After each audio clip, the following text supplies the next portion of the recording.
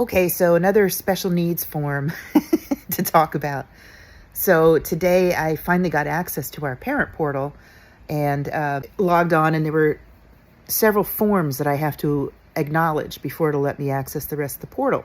And this has bothered me since Jessie was in first grade. It is asking me to verify that I have reviewed the handbook and that my child understands it. And that's impossible. So, and I've mentioned it before when Jessie was in the lower grades and the director told me there was nothing she could do about the language there. But I'm bringing it up now with the principal and director of special ed at Jessie's new school, which is a high school where he's a freshman.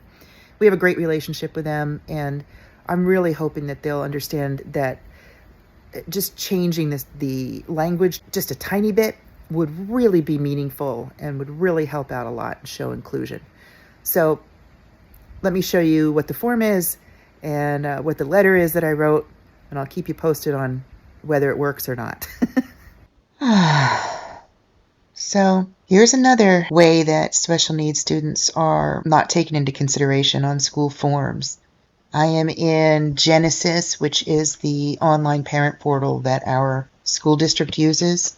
And this has bothered me since day one, and it was also in the last school district. Just even these little things like the acknowledgement of the receipt of the student parent handbook.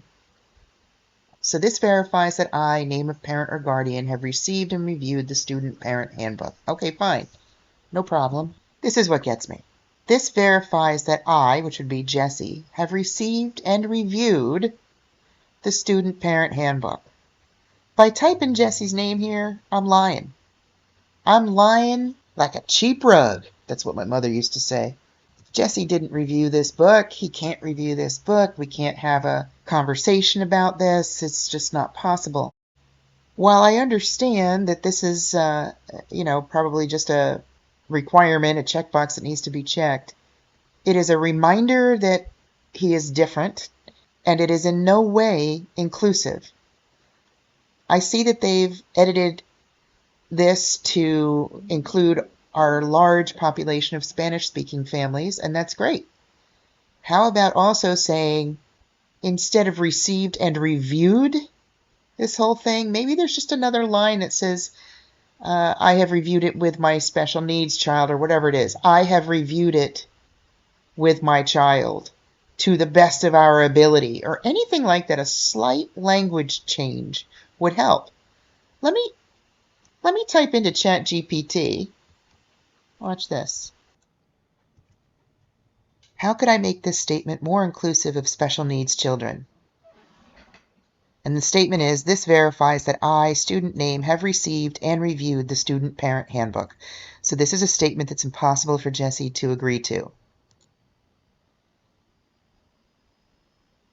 And look at this. ChatGPT says you could revise the statement to be more inclusive by acknowledging diverse needs and communication styles. Here's a more inclusive version. This confirms that I, student name, with the support of my parents or guardians, have received and reviewed the student parent handbook in a way that is accessible and understandable to me. This wording ensures that the student can engage with the material in a way that meets their individual needs. Wouldn't that be beautiful? Okay, here it is, my email. I tweaked it a little bit after copying and pasting from ChatGPT. I wanted to include Jessie's name in it and wanted it to express its concern from a parent. Just for the purposes of this post, I just put principal, director of special services, and I CC'd the case manager. Here's the subject, and I just tweaked a little bit the letter that you saw me write in ChatGPT, and I included a screenshot so that there would be no mistake about what exactly I was referring to. And that's it. I hit send today, and let's see what happens. I'll keep you posted.